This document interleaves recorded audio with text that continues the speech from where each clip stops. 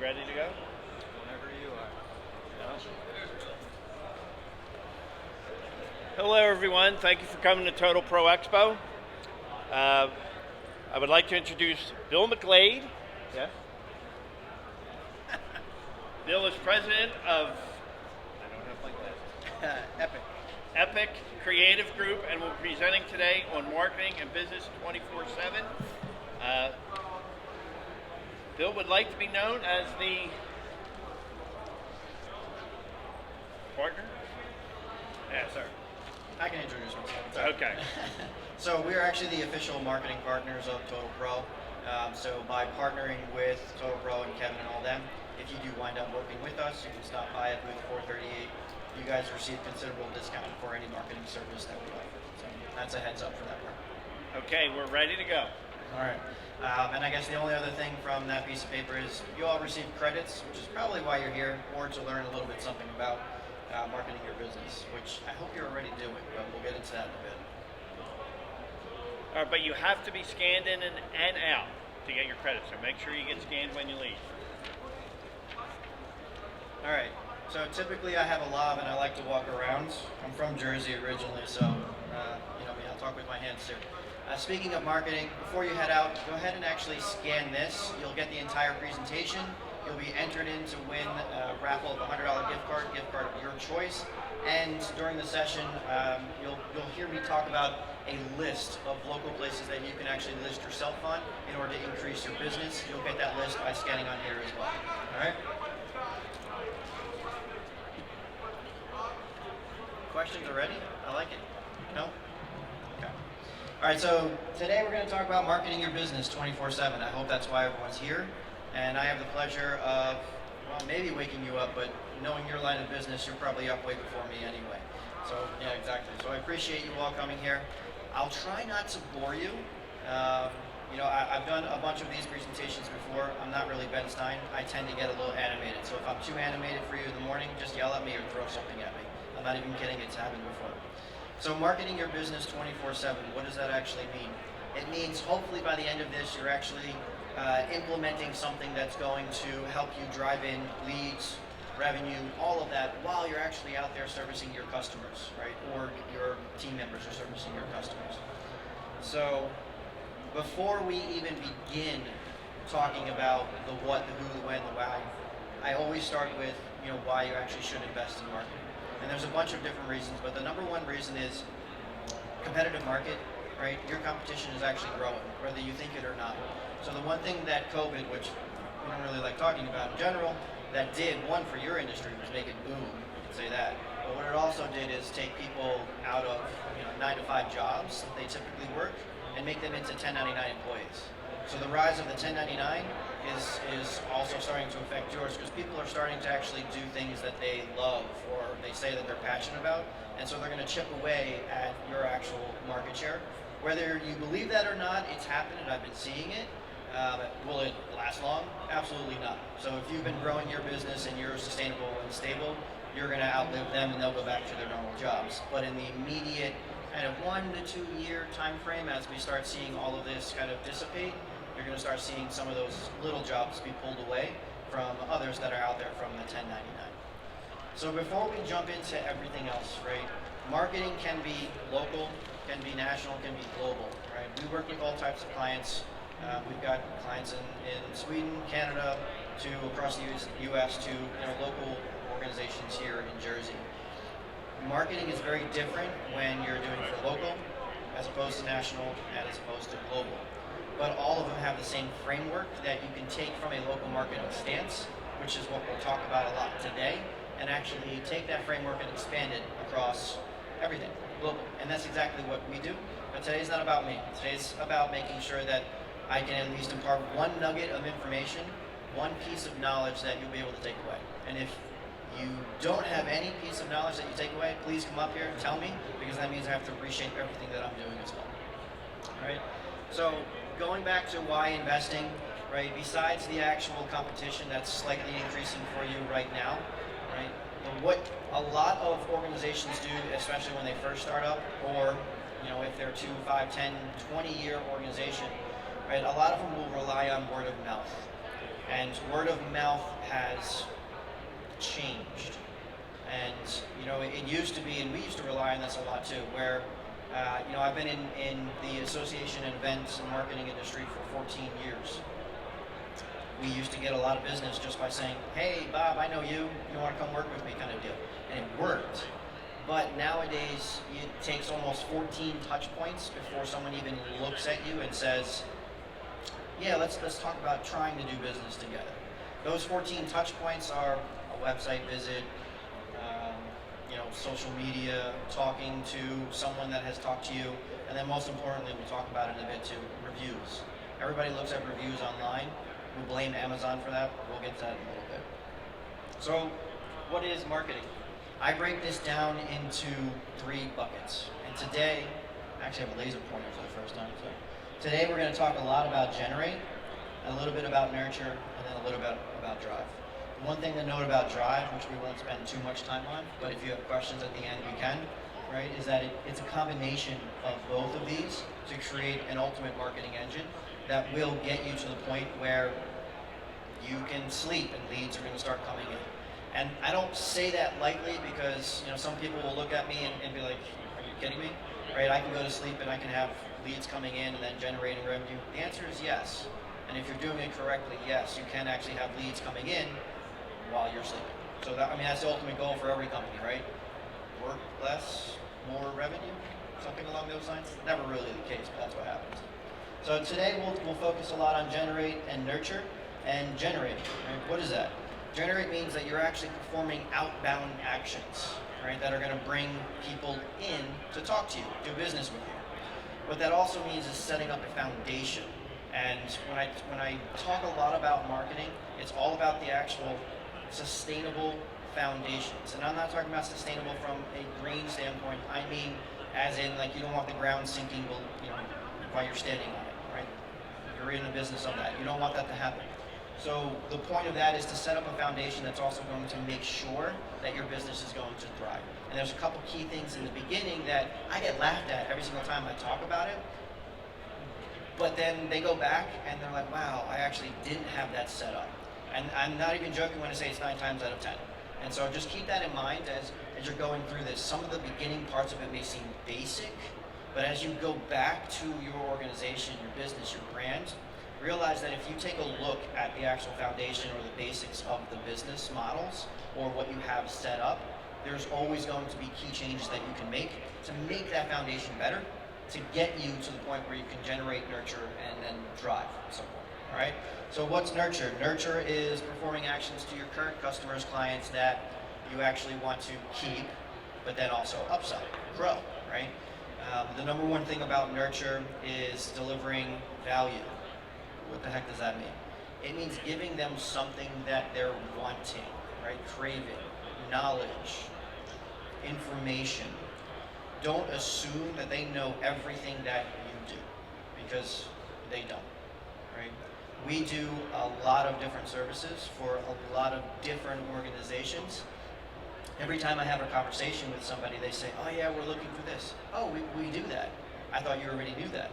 So I still run into this same mistake on nurture all the time. So there's a constant mechanism that you can do once you have that foundation that allows you to nurture them through different components, whether it's emails, whether it's actually person-to-person networking, which I missed, thank God we're back, or through text messaging, which is a huge thing nowadays as well. And then drive. Drive is all about content. And so the reason why we won't spend too much time on drive is because it is a crap ton of work, a lot of work to get to that point and also to continue delivering it. So drive is the aspect of, right, nurture. You have customers that are saying, hey, I want to know about this. That's easy, right? You're an expert in your field. You can deliver that information. Drive is trying to get the information that people want to know about that aren't your customers. And so how do you do that? There's a lot of different ways to do that. We'll talk about that, but most it comes down to understanding your market, researching the market, which we all think we do, but until we actually do it is when we fully understand what in marketing we call our ICP. It's our ideal customer profile. And so it's not putting people into buckets, it's just saying that I know that profile right there is the exact person I can continue winning business from. And that's exactly who I want to go after. Once you figure that out, once you figure out your little niche, you just keep going after it. So, any questions, Sue? Just raise your hand, throw something. All right, so when we start talking about generate, right, it's the actual outbound actions that you need to create. The number one thing is a website. All right, so this is a little show and tell. How many of you have a website? Say again? In the process. In the process. Good. So when I say website, right, it could be anything. Anything up there that's going to talk about your page and your business. And the number one reason why to have a website is because everyone's online. Everyone's on their phone, right? My phone's right there recording right now, so I can't show it to you. But I'll show you an example of what I did with my phone later of why you need to make sure that your website is also mobile responsive, mobile optimized. They use a bunch of different terms. It doesn't matter, right? But as long as you can access your website on your phone and it actually looks decent, then you're set. Now, the number one thing for a website, right, besides the 86% of people that research everything on there, is that it needs to answer this one question. And we'll go into it a little bit more later too. What's in it for me? And I don't mean you as like what's in it for me. I mean as I'm the person visiting your website, what's in it for me? And if you can answer that on your website, then you'll start generating more leads. Because people don't care, honestly, about who you are or what you do. We're selfish individuals, we just are. As much as we try not to be, we just are selfish. And we only want what's in it for us. So when you're going through your website, if you can honestly go through it and say, yeah, that answers what's in it for me, if I was a potential customer, then you're set. If not, go through it again and try to change up your language, your message, your copy. Right? You'll hear me say multiple terms of the same word, just so that if you're talking to people that are actually in marketing, right, or you wind up hiring someone to help you for all that, they're going to use those terms, right? Copy, message, writing, website aspects of it, all of that. So make sure it's mobile optimized. Make sure it answers the question, what's in it for me, right? And then obviously tell them what you actually do. Again, don't assume. Questions on that? In the process, right? How difficult is it? Mind-blowing. So one thing to note for websites, there's a lot of programs that are out there now that can help simplify it. And when you talk about a website, how do you create one? Right? There's tools like WordPress, right? Which we'll talk about a little bit. But the number one thing that you want to do is actually get your domain, right? You're a business. If you start sending people and your customers emails from a Gmail account, they're not going to look at you as a legitimate business. And if you actually want to grow, you need to be seen as a legitimate business. So you need a domain. Domains are easy to come by, and honestly, they're pretty cheap, as long as you're not trying to buy apple.com or something like that. For us, Epic Creative Group, it's a little bit more expensive because apparently everybody wants to be called Epic for some reason. So we actually changed our company name from Victory to Epic because Victory, we couldn't even compete from an SEO standpoint, right, with everybody that was out there. So apparently Victory and Epic are crazy marketing agencies all around the world that people love. So from your business name itself, even if you want to rebrand as you're trying to come up with a website, look. So go on GoDaddy and just search your business name if you don't have it, right? And figure out how much competition actually is out there. Because it'll tell you how many of the domains are taken. And then just do a quick Google search and figure out who pops up at the front, that first page, and the ads. And we'll talk about that in a second too. So website, get your domain. You've got GoDaddy, Bluehost, Squarespace, HostGator, a ton of other ones. Some of them are cheaper than the others. It really just depends on what you want.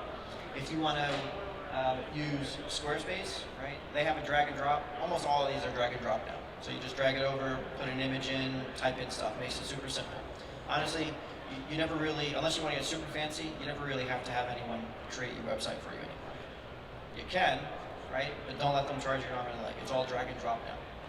So the other part of it is Squarespace. You want to collect payments? You can go through a service like Squarespace that you can build a website for free, but they'll allow you to collect your payments online, send invoices, and do all of that. Of course, they take their percentage like everything in this world, but it also simplifies your business process. So as you're figuring this out, or if you have this already, think about how you can also drive the efficiencies just from an actual website standpoint too. Okay. So CMS, content management systems, that's what all of those are as well, right? So you've got WordPress, you've got Squarespace, you've got CMSs inside of CMSs. So for example, if you use WordPress and you want to get a little fancier, there's programs out there called Elementor and Divi, which is owned by Elegant Themes. It is literally a no-code platform that allows you to put code on the website. So that's the era that we're in, so that you actually don't have to learn HTML, CSS, Java, all of those things. You can literally just drag and drop and put in the stuff that you want. And then the last part, we're going to reiterate, what's in it for me? That's the number one thing for any website. And I'll tell you this right now, I fail at this. Even on our website, I have a hard time saying to you, what's in it for you? What's in it for you? Because as you go through this, it's really difficult because you always are thinking about yourself. You're never really putting yourself in the actual shoes of your customer and saying, yeah, that would be cool, I need that, right?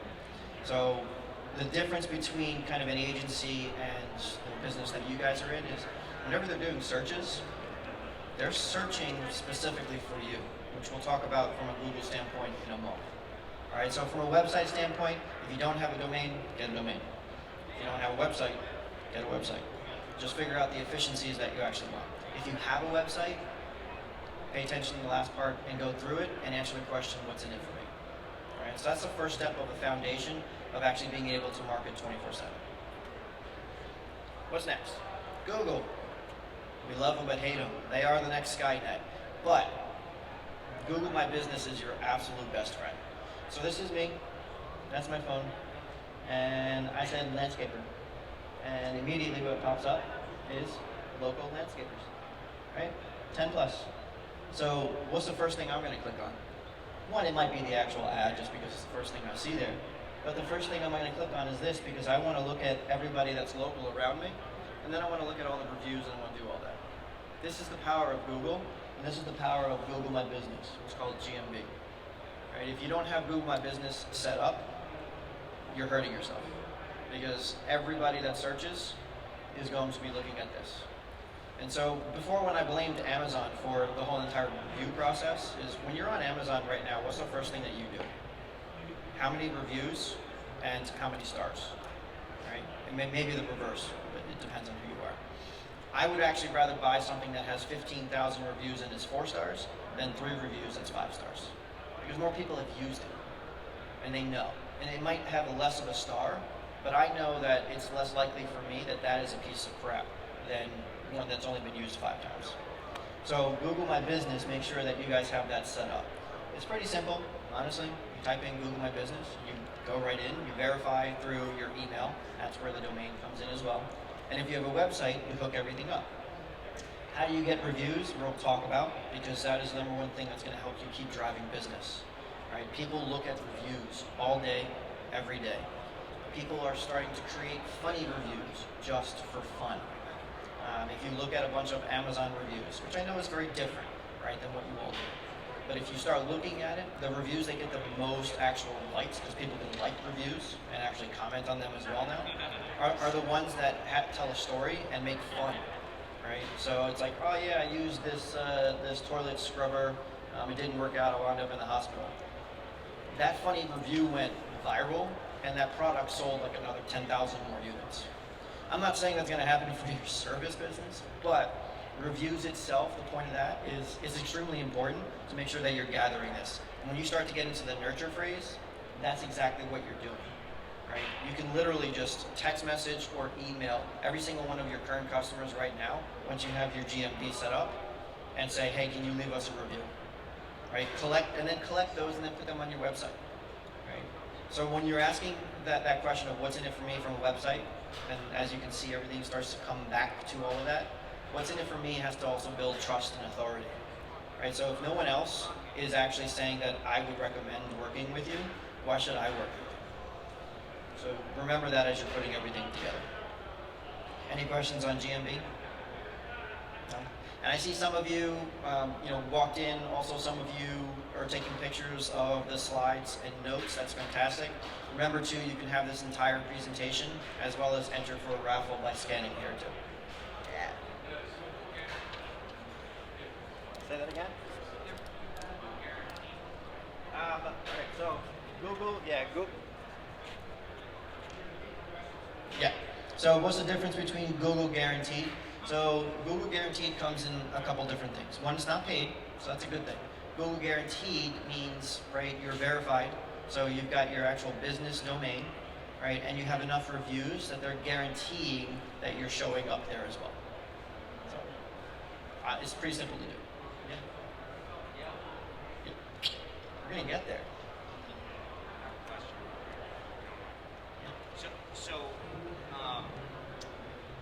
As far as the marketing on Google and like I have a Google ad that I run. Okay. You hear a lot of people that, and usually I get it on Instagram when I'm looking at Instagram. Don't go to Google; they're robbing you. Don't go to Google Ads. Use us, and we'll do it better for you on Google Ads. Right? Obviously, you get like silly calls sometimes here and there. I get other people calling for like a realtor or a dog sitter or whatever every now and then. There's no way to get rid of that, right? In your experience? No, but we'll talk about Google Ads in a minute. Yep. So the other question over there was about Yelp. That's the next page. So let's talk about optimizing your Google My Business, right? It's simple. And I'm talking about basics here on purpose because this builds your foundation. Your NAP is what it's called. Honestly, whenever you search this, that's what comes up. I hate acronyms, but they're everywhere, every day. So it's update your name, address, and your phone number. And then obviously to optimize it, you have to add in a lot more than that. But the basics that you need is name, address, and phone number, right? And then you enter in your email, your domain, all that other stuff. And you choose multiple relevant categories. So for example, since you run ads, I'm picking on you right there in the beginning. So since you run ads, how many different categories of services do you offer? So you put as many as they let you, right? The answer is correct. You put as many as they let you. But how many do you offer? Landscape design, landscape installation, design, build, construction. So you're talking about probably 10 more, 10 plus. Yeah. Okay. And the reason why you put in as many as you want is because during search, right, search terms, if someone types in landscape design, even though that maybe that's not the actual preferred service of yours, right, you still want to pop up there. So you want to put in as many categories, as many of the keywords, which I think it's about 750 words that you can put in there, right, as possible. Fill it all the way up until it tells you error, you have too much, okay, then delete a little bit. Because you want to be able to show up on that first page of this. This is what you want. You don't want this. I mean, you do, but you want this. You want to be the first ones up here. That's going to come in from, one, being guaranteed, right? Number of reviews, right? And then also other stuff, SEO. All right, so add categories, keywords, and then the simplest of all things, if someone's going to look up your business, they want to know when you're open, what you do, right? And then if you can, add images and videos. So right now, everybody consumes, and I say everybody on purpose, even though it's more like 80%, right? When I do anything from business, or I go into someone's office and they say, okay, strategize to help me grow my business, I look at one thing. What is 80% of your market? What's the 20%? Is 20% driving your revenue, or is 80%? And that's going to completely switch around how you're actually going to run your business. Because if 20% of your customers are 80% of your revenue, that's also a problem. But we won't go into that today. So from a market standpoint, you want to focus on the 80%. Everyone consumes by video. So if you've got videos and images that you can put in there, make sure that you're putting them into your Google My Business as well. Okay, Yelp, right? So there's tons, and I mean tons of local business listings that you could put yourself on. Some of them are paid, some of them are free. But the most important thing is you're on them. Now, When you scan this, it'll take you to the landing page to fill out the form for everything. At the bottom of that landing page, it lists with the links and whether they're free or not, every single local listing place that I've found. There's 56 of them. There's probably more. Now, you don't have to be on every single one of them, but you have to be on a lot of them, right? So, the one that I use the most, Thumbtack, right? A lot of people haven't even heard of this one, but when I lived in Virginia, that was the most popular one, right? So I've lived in Jersey 18 years, Virginia 18 years, and I just came back last February. Thumbtack is finally actually starting to come up here in Jersey as well, right? You've got Nextdoor, you've got Who's, you've got Angie's List, and as you said, Yelp. And then the big one that's growing right now, Facebook Marketplace, right? Or Meta, whatever he wants to call himself these days. And the reason I say that one is because when you start looking through all of there, you're not just seeing products anymore. You're starting to see services. Or you can actually advertise on there. So if someone's looking for a lawnmower, for example, I know that's rudimentary for you guys, but if someone's looking for a lawnmower, your ad could pop up right there and say, forget a lawnmower, we'll just do everything for you. It's as simple as that. So Facebook Marketplace, whether we love it or not, it's growing. And it's probably going to overtake a lot of the 56 that are on that list. Did that answer your question? Now, I'm not going to go into how to optimize every single one of these. Honestly, it's the same thing as your Google My Business. But the number one thing to realize is just don't rely on one. You should never in your business rely on one source of incoming revenue, right? Which is why in the beginning we talked about you can't just rely on word of mouth anymore. Plus, word of mouth has completely changed. So you need to have diversification. Any business that I have a few of them, every single revenue that is coming into those business is through a different stream, right? So whether it's a service or a product that we're offering, whether it's coming from inbound leads or outbounds, whether it's coming from any of these that are in there or trade shows, word of mouth, all of that. You need to diversify the way that your leads are incoming into your business. All right, your favorite topic, running ads. You ready for this? Actually here, who here is service and who here is product? Service. Those two. Product. Okay. If you are service, Google Ads. I'll tell you why in a minute. If you're a product, Facebook. What's the number one thing that you search for when you're on Google? Who wants to venture? Yeah, the services for that, but it's like a how-to, right? How do I trim my hedges? How do I, lay some brick, right? When they start searching a how-to, that's where your ad will pop up on Google, right? And that's where you say again, forget learning it, we'll just do it for you. Literally. No one actually really wants to do it. I did it, did not like it, and I hire every single time now. First time I owned a single family, I was like, yeah, I'm gonna do all my landscaping. Yeah, that backyard looked like crap. It really did. Hired somebody to fix it. I don't know what I'm doing. You all do. But you know what? The front yard actually looked pretty good because I spent the most time on that one. Then I had to have it redone anyway. Now I just live in a townhome. I don't have to take care of that, so that's okay. But the point is, Google Ads, great for service because everyone's searching for a how-to, and that's where your ad can pop up, right? If you're a product, it's Facebook. But the number one thing that we need to understand from a different standpoint is from Google, they're specifically searching for something, right? It's not where Facebook, where they're not really searching for anything. They're zombies scrolling through and your ad happens to pop up. But on Google, they're specifically searching for something that they want or need at that moment or within an actual time period. And so that's important to distinguish between the two. And then for Google Ads, right, you want to run the PPC ones.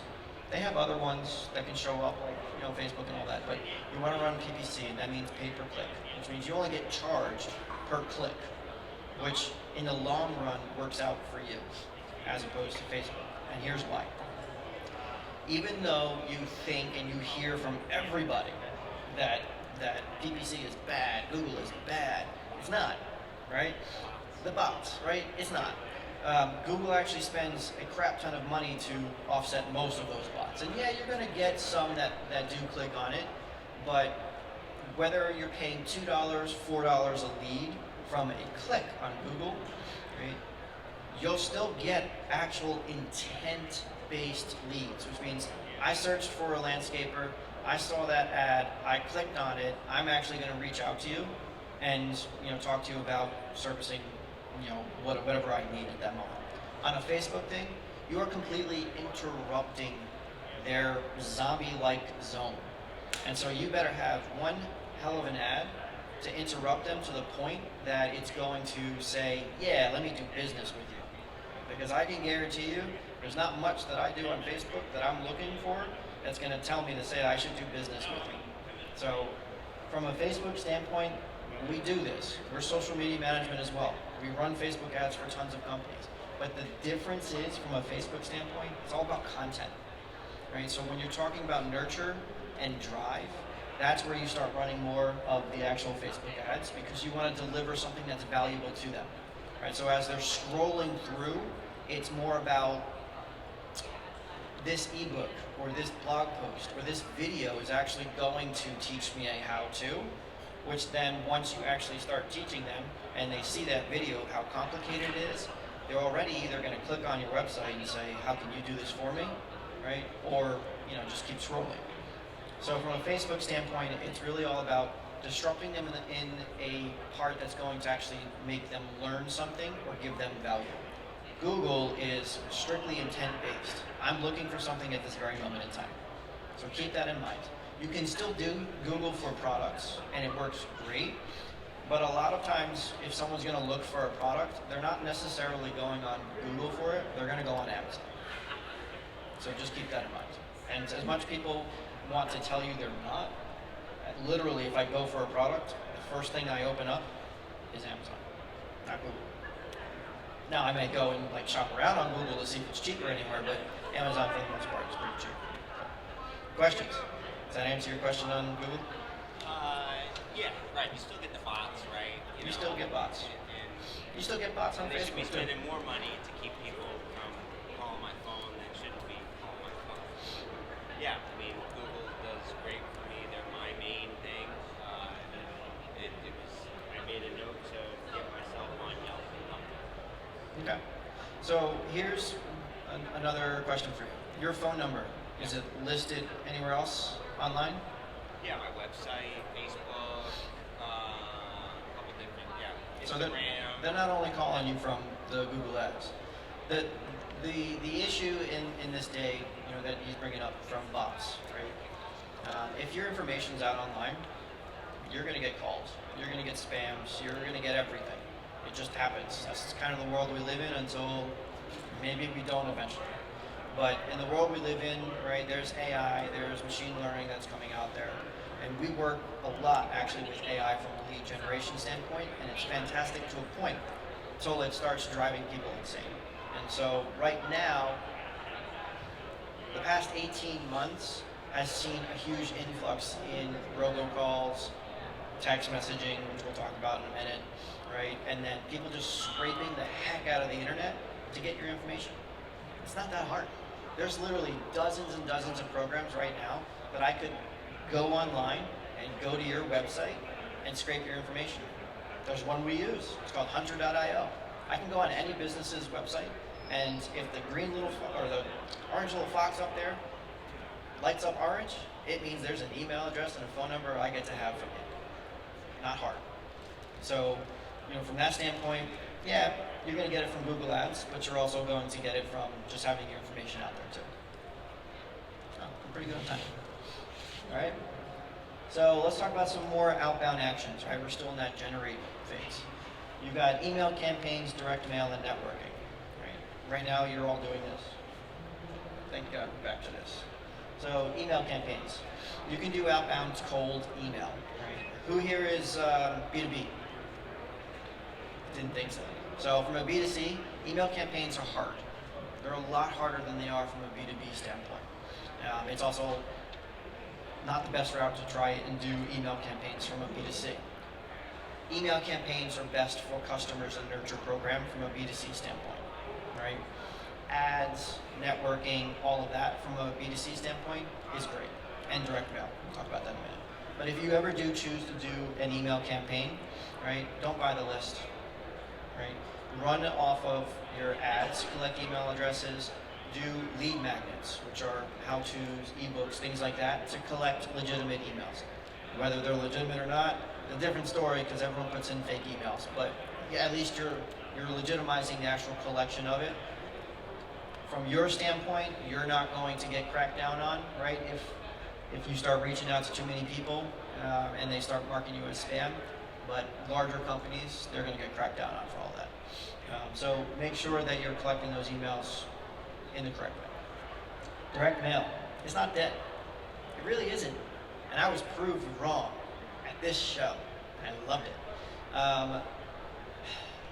So when we say direct mail is not dead, we mean those value packs that you see that are sent out, a postcard being sent out, and then actually one other way I'll talk about in a second of what I see work the most for service organizations. And if you're doing this, kudos to you. But Kevin, who runs TotalPro, I've known him for a bit, and we do their social media for them. And he's like, I'm gonna spend money on direct mail. I'm like, why? Why are you gonna spend money on sending a postcard out? Who even looks at postcards anymore? Because I'm telling you, that's where we get the most. Kid you not?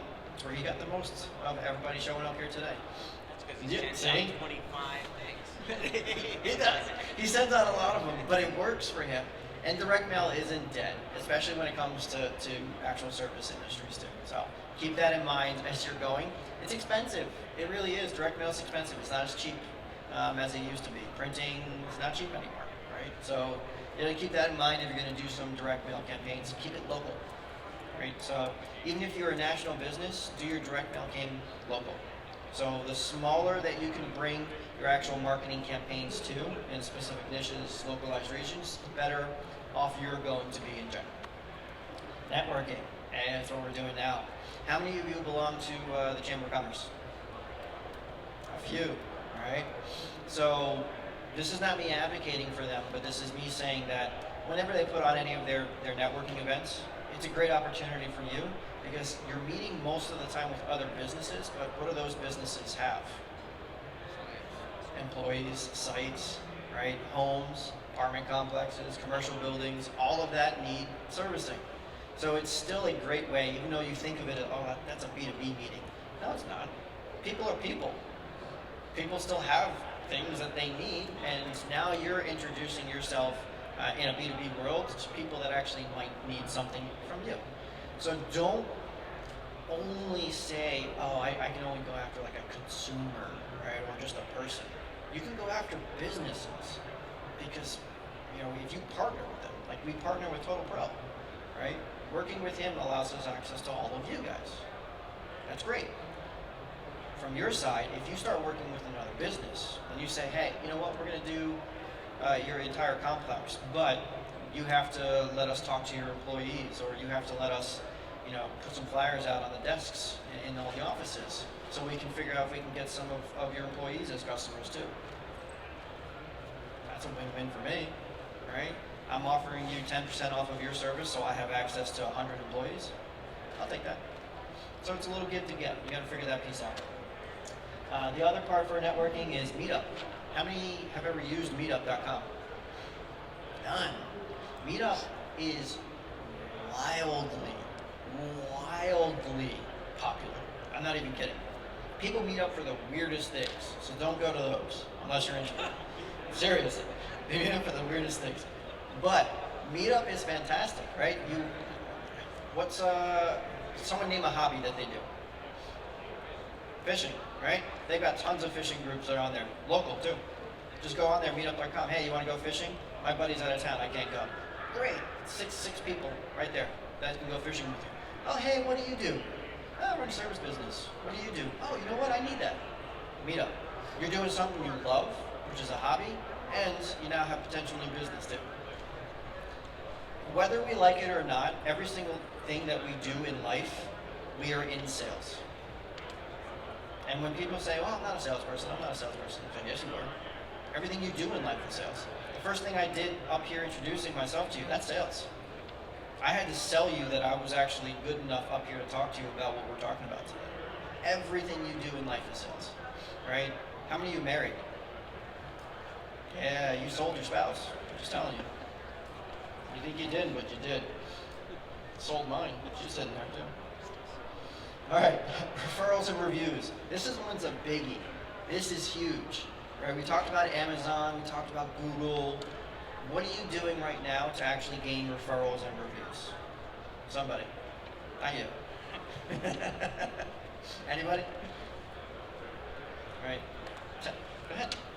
Wholesale nursery and beautiful conifers, and we ship that out to a customer. Word of mouth happens. Where did you get that conifer? Oh, Herbert Nursery. Okay. That's fantastic. How are you collecting that review? That's the key. And that's the difference right now of what word of mouth used to be and what word of mouth is now. Can't say that. Word. Man, I got Jersey back in me. Word of mouth. I'll say it again. This is by far one of, if not the most important components of local marketing and national at this point for service industries. If you are not collecting referrals and putting them on your website, making sure they're on your Google My Business, Yelp, or whatever it is, you are hurting yourself in ways you don't even understand yet. Because word of mouth has changed to this. People will look at your reviews before they even remotely think about reaching out to you. It's no longer a, let me just click on that phone number and call you, or fill out this form, or email you, or text you, or whatever it is. It's, has someone done business with you that recommends you? That's good enough for me to say, yeah, let me go ahead and reach out to you. That's word of mouth now. Much different way. All right, so how and why to ask? It's easy. Yeah. I told you, you scan this and take everything home. I'm telling you how to do everything. All right, so text or email every current customer, past customer, your GMB. Just text it to them. As soon as you go on and you say, hey, here's my Google My Business, it literally says, rate this business. Okay, I'll rate that business. And it's easy for them to do. Or you could collect it. You can create forms and collect all that information and do all that. But most importantly, you want that on a public site that where they can see everything, where they're going to review it, where they're going to be searching for you. They want to see those 4, 5, 6, 7, just kidding, 4 or 5 stars that are out there. Okay? So text every customer.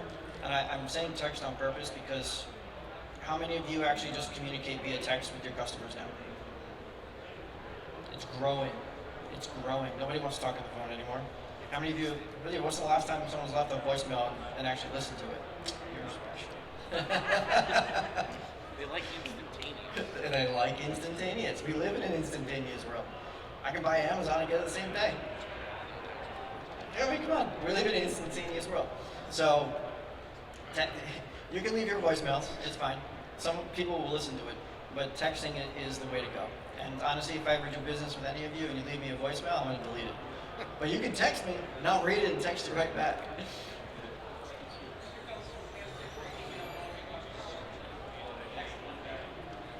Yeah. Bad reviews. Shit happens. I'm serious. Do you think every other business out there doesn't have a bad review? The number one thing you do for a bad review is what? Respond. Who else over there? Yeah. You respond to it. And then you respond to it in 2 ways. Who knows those 2 ways? Texting. Yeah. Got funny people today. I like this. Now I'm here texting. Yes, you actually do text them, right? Well, yeah, you text them nicely. So the first way is actually reach out to them personally and be like, wow, what happened? I didn't know you had such a bad experience. How can we make this up for you? All right? Because then that'll get them to change their review later on. The second way, buy them lunch. You could. That's going to get expensive for you, unless you're that good. The second way is to respond publicly. On Google My Business, respond. Hey, we're terribly sorry that you had such a poor experience. We're going to reach out to you. Let's figure out a way to make this up. And then once you do, they can go back in there and change that review, and it's no longer a 2.5, 3. It could be a 4. But that extra star is a big thing for you, especially when you're trying to do local business too. Great question. Guys that give you bad stuff that aren't that like it's a competitor or it's something like I've got like 2 of those that no matter how many times I combat it with Google and flag it and like this isn't real, they never get rid of it. It's like just the ones that it's like a 2-star review and I don't know who this person is, there's no name, it's just Joe. You know what I mean? Yep. Shit happens. Yeah. You can flag it as many times as you want. That's the one thing too for bad reviews. If they're fake, you can flag them. 50-50, Google will actually take them down, depends. But you are going to have competitors go out there. It's the world you live in right now. Competitors can go onto any of your sites or reviews and say, their service is crap. Sometimes there's not much you can do about it. Sometimes there is. You can get fun with it if you want. So the way that we've seen it before, and we don't do this for customers, but the way that we've seen this before is have fun with it. You're like, oh yeah, you had such a bad time. Hey, did you see X, Y, and Z over at competitors? Oh, is that you? You call them out on it. So, especially if you know for sure it's them, you call them out on it. All right. So yeah, text everybody. If you want to go back 10 years, sure. Just make sure they remember you. All right. The last part we've talked about a lot, but people look for the top reviews, right, with the most reviews. It is the truest form of word of mouth these days. So keep that in mind as you're trying to collect it. All right, nurture. I got time. We're good. All right, so nurture. The number one thing you want to do when you're doing a nurture campaign, right, for your current customers is stand out. Right? How many emails do you get a day? How many of them do you read? Yeah. Even Google. So a lot of times the emails you're going to be sending to are Gmails, Yahoo. People still use that. Some people still use AOL. All those other ones. So if you're sending it to a Gmail, you also have to understand you want to be in the primary box, not the social or promotions. So whenever you're doing a nurture campaign, make sure that you're not using like buy now, have a sale, things like that, because that'll put you in the promotions box. Nurture campaign is strictly about giving them value, right? Sending them, hey, we just did this job. It's a how-to on how we did it, right? That's going to drive also into the drive category of delivering more content that way. But from a nurture standpoint, right, an email campaign version of it is deliver value, how-tos, things like that. And then once they actually, which you can track if you have automation systems, you can track everyone that's clicking on it. You don't necessarily need that, honestly, from a local standpoint, but if you do, it'll help you scale. But understanding that nurture is not a...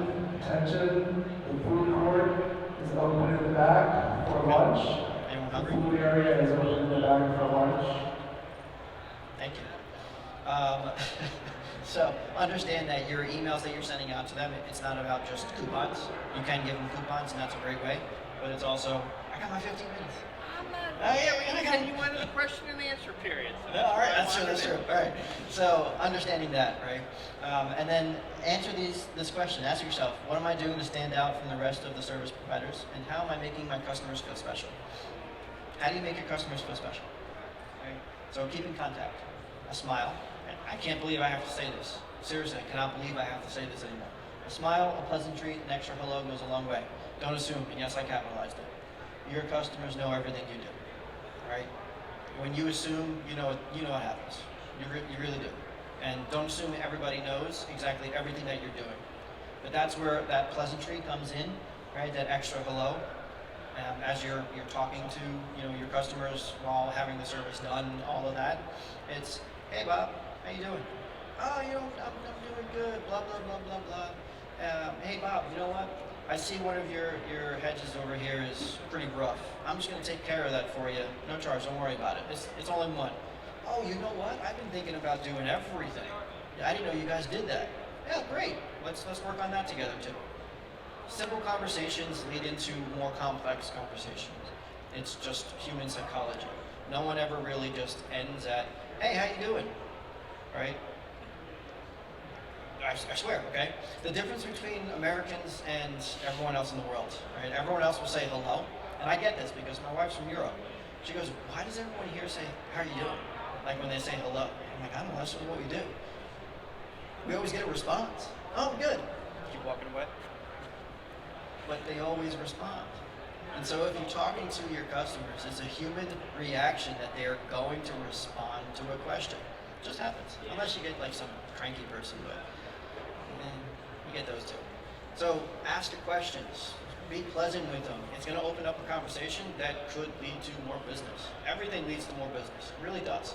Or it leads to a, I don't want to do work with you anymore. Leave me alone. Well, then I know I don't have to spend any more time with you. So I know. All right? Utilize soft dollars to increase loyalty. Think about what you might be able to do that doesn't cost you hard dollars to make your customer feel special and increase their loyalty to your business. Who knows the difference between soft and hard dollars? I really thought you would have. Disappointed you. I'm just kidding. So soft dollar is, think of it this way. It's still spending money, but a soft dollar is, I need that employee to spend like 1 extra hour on this location to make them feel really special. A hard dollar is, I have to spend money right now on a product, on something, right? You can go into nuances between all that. At the end of the day, you're still spending money or you're spending time, right? So think of soft dollars as time, which always, at the end of the day, is money too, but it's different than an actual hard cost of, I have to buy this chair, right? So think about those and then think about what you have in your business that's soft that you could work with. So the example I gave before, right? I'm going to spend an extra 20 minutes and hedge that or trim that hedge, bush, whatever we want to call it these days. That's going to go a long way. I obviously ask them for their permission first because it's their property, but that's going to go a long way to be like, oh wow, he made this look awesome. She made this look awesome. Okay, so that loyalty is going to go a long way, and then that's when you hit them with a text message and say, hey, can you leave me a review? Yeah, all right. And then this one we're starting to see a lot more. Once a month, a quarter, a year, charitable drawing and donation. Whatever you can afford. And I'm not talking about you have to donate $10,000 to a charity. $100, right? $200, whatever you can afford, whether it's a month, a quarter, or whatever. And here's why. Every single time that we do a drawing, and we're doing one, this time we're actually doing a real gift card though.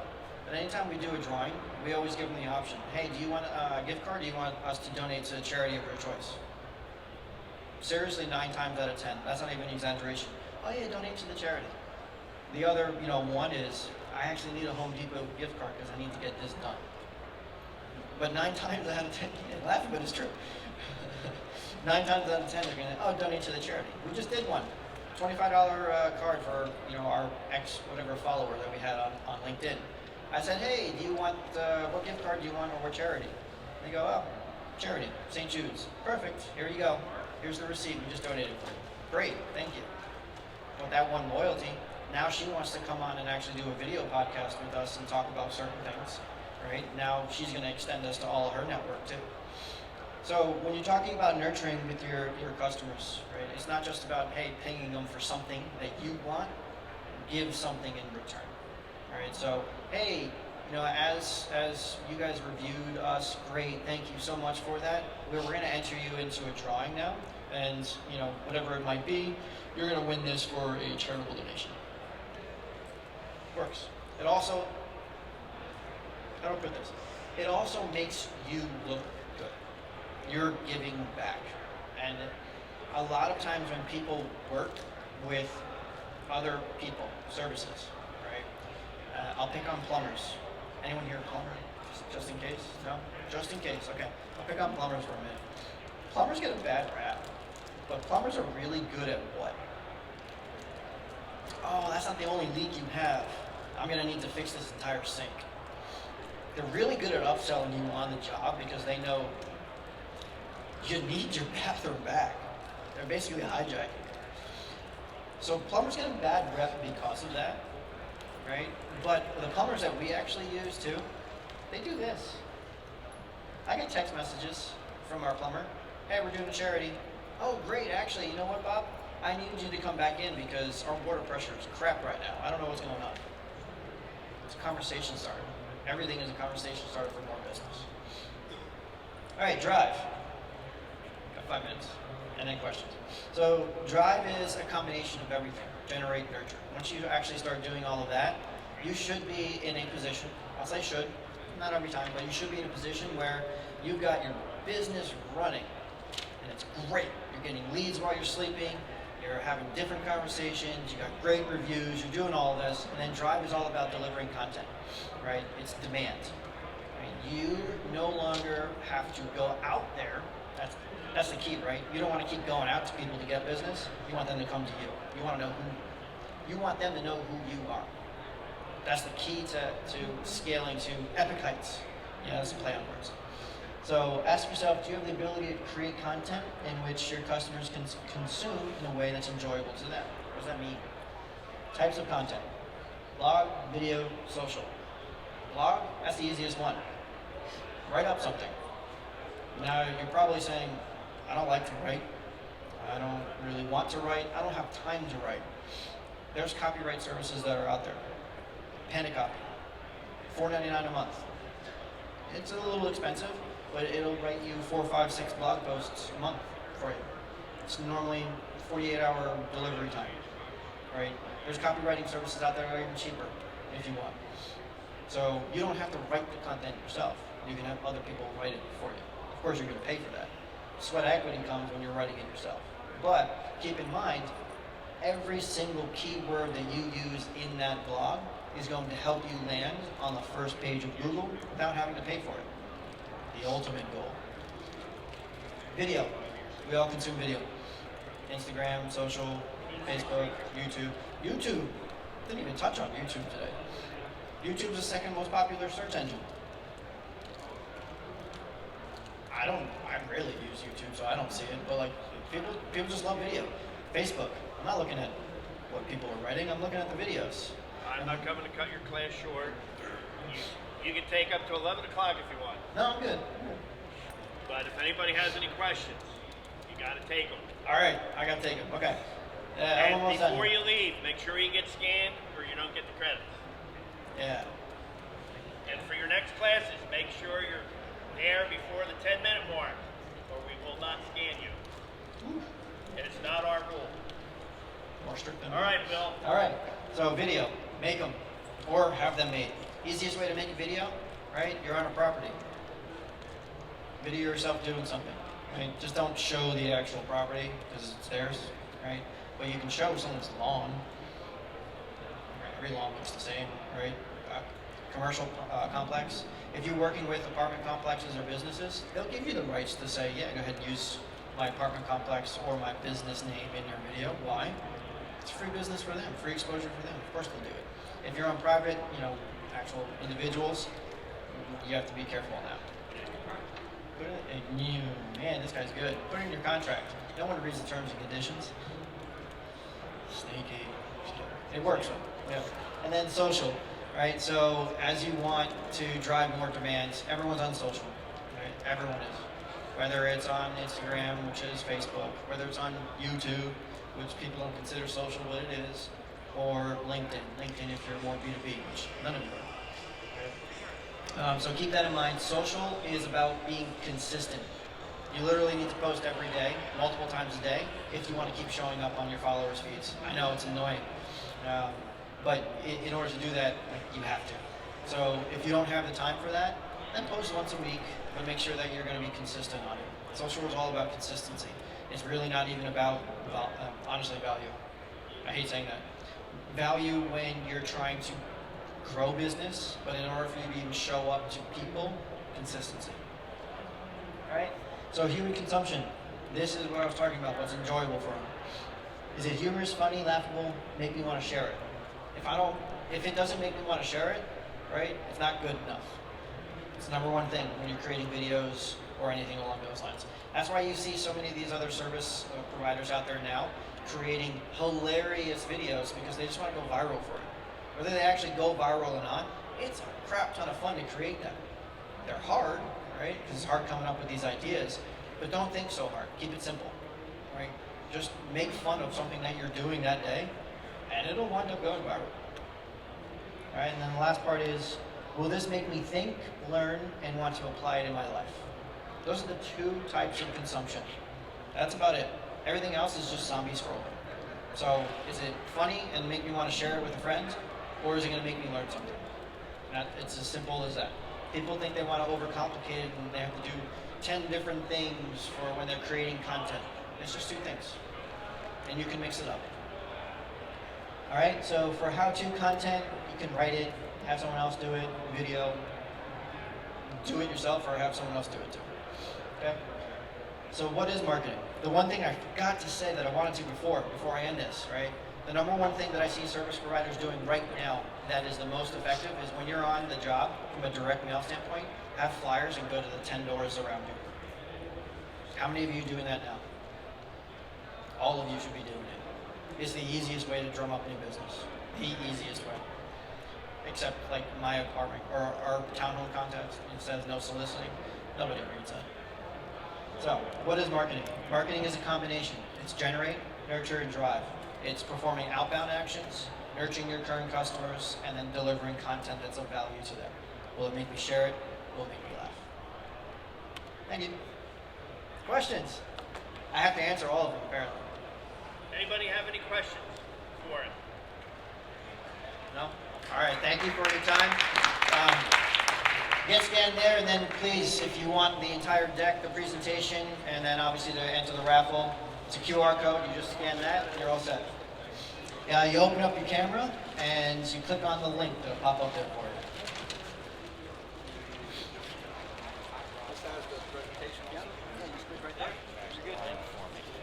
So it has the presentation, adds a list of all the local places that you can list your business, right? And then it also gets you Sorry.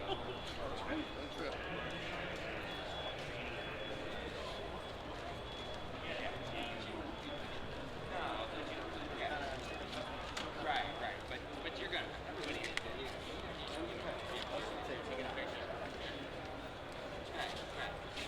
you don't take the picture, you click on the link.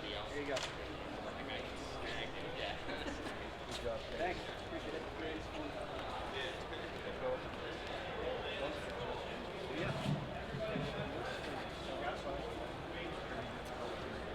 I trust you. I appreciate that. The fuzzy thing? Looks like light. Flash.